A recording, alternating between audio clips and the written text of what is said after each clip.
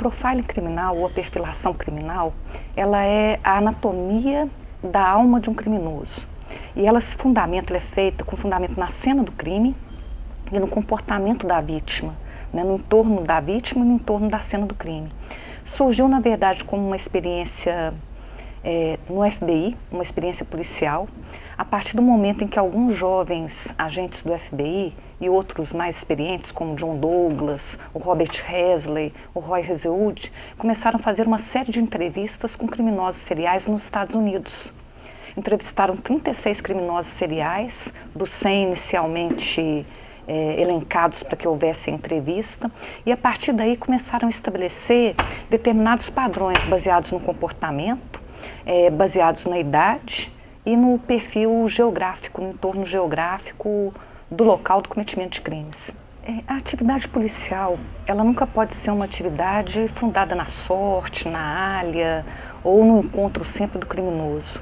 Então, hoje a polícia, ela trabalha com fundamento aí na ciência forense, é uma polícia científica, onde todos os meios do conhecimento, contábeis, da medicina legal, químicos, eles contribuem para o desvendamento do crime.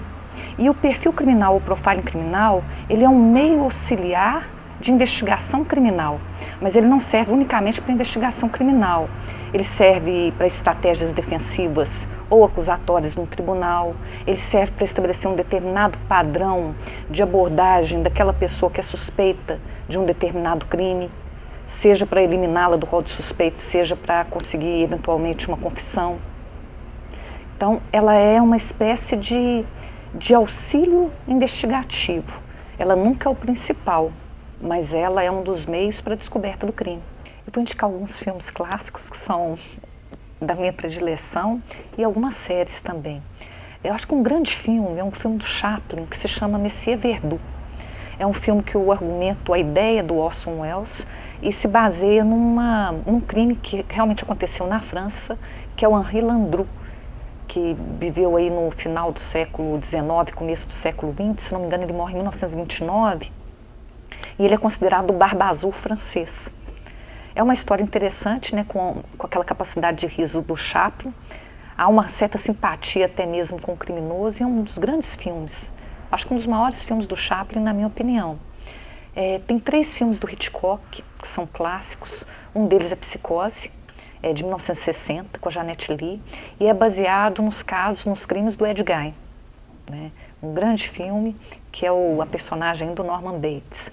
Um outro é Festim Diabólico, também um filme do Hitchcock, que também é fundado num caso real, que é o caso de 2 estudantes universitários, que em Chicago mataram um adolescente para saber qual que era a sensação de matar uma pessoa. Matar pelo prazer de matar.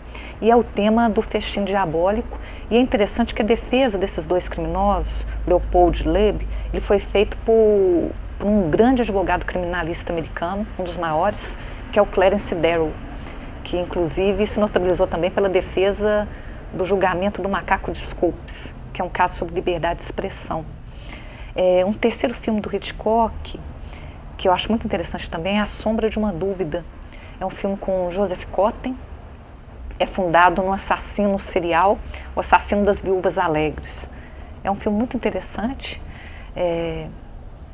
um pouco esquecido. Eu acho que um filme interessante do Stanley Kubrick é Laranja Mecânica, né, que eu acho que nenhuma pessoa ouve mais a música cantando na chuva da mesma forma depois que assiste o filme o Laranja Mecânica. Seven, Os 7 Pecados Capitais, é um ótimo filme, com Morgan Freeman e o Brad Pitt. Tem um outro que é interessante, que é Beijos que Matam. Séries de maneira geral. Tem Mindhunter, que é a série que mostra, de maneira ficcional, mas com dados da realidade, a elaboração dos perfis criminais no FBI. E ela se encontra disponível até no Netflix. Existe uma outra também que se chama The Fall, também no Netflix, e uma francesa chamada A Louva a Deus, que mostra uma mulher criminosa serial.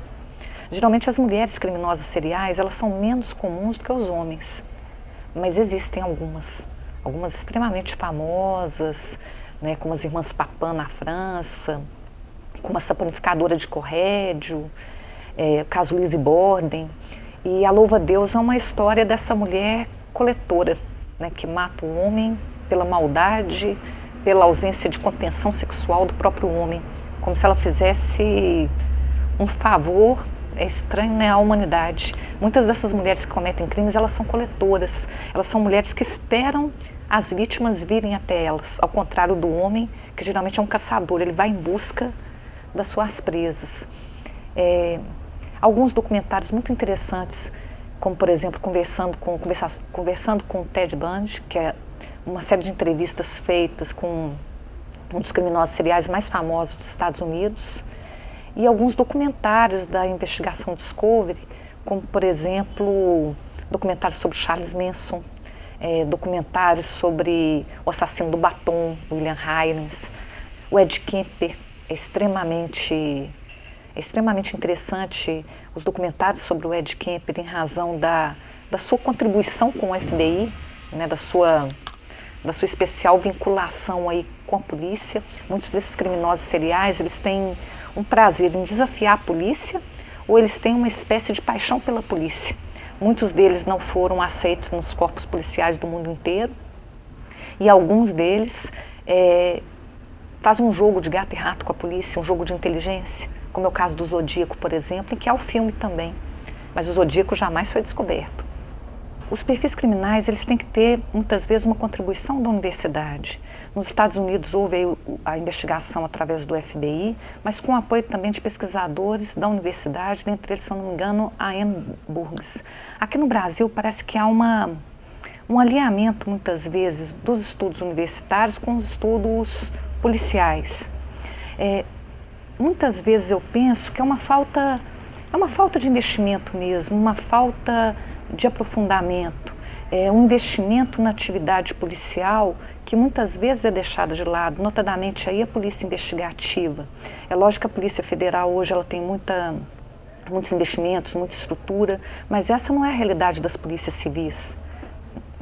Há um certo desprezo na investigação, há um certo alinhamento na investigação, há uma certa falta de estrutura na investigação, talvez por preconceitos aí seculares, talvez pelo descaso que muitas vezes acompanha tudo que é novo, né? O Brasil talvez ele ande atrasado algumas décadas, não só em avanço aí de direitos, mas também em avanços de investigação. Essa é a grande pergunta, né? Qual a origem do mal? Porque algumas pessoas têm um caráter extremamente perverso, enquanto outras são o extremo oposto, né? Tem atos aí de heroísmo, de santidade, de abnegação. No campo filosófico, quase sempre essa escolha entre o mal e o bem, ela vem aí da possibilidade de corrupção da natureza humana. No campo médico-psiquiátrico, principalmente a partir do século XIX, tenta-se aplicar aí um conceito fundado talvez num determinismo físico ou num determinismo social. Com o passar do tempo, né, o positivismo antropológico ele perdeu seguidores, ele perdeu a sua importância, mas houve, por assim dizer, um ressurgimento quando nós tivemos os estudos da neurociência e também os estudos a partir da perfilação aí do DNA. Só que atribuir puramente a uma questão genética, ou uma questão de formação do cérebro, de influências hormonais, parece um pouco empobrecedor, embora haja estudos nesse sentido, que possa haver ali, por exemplo, determinados tumores, determinadas condições que alterem o comportamento, o campo de contenção de uma determinada pessoa e que a leve ali ao cometimento de crimes. Mas nada é definitivo. Eu gosto muito de uma frase do Ortega y Gasset, que ele fala que eu sou eu e as minhas circunstâncias, né? O homem ele não é puramente biologia, embora os estudos científicos eles são extremamente importantes para determinar até que ponto a nossa biologia, a nossa formação e conformação determinam ali a escolha para o caminho do bem ou para o caminho do mal, mas também é um componente de escolha. Há também esse componente espiritual, há também algo que talvez nós deixamos esquecido no passado, que é essa escolha de se abrir o coração ao caminho do mal. Eu acho que bem ou mal, isso existe. né? Uma ausência de compaixão, uma ausência de sensibilidade, uma ausência de ver o sofrimento do outro e compartilhar essa mesma dor.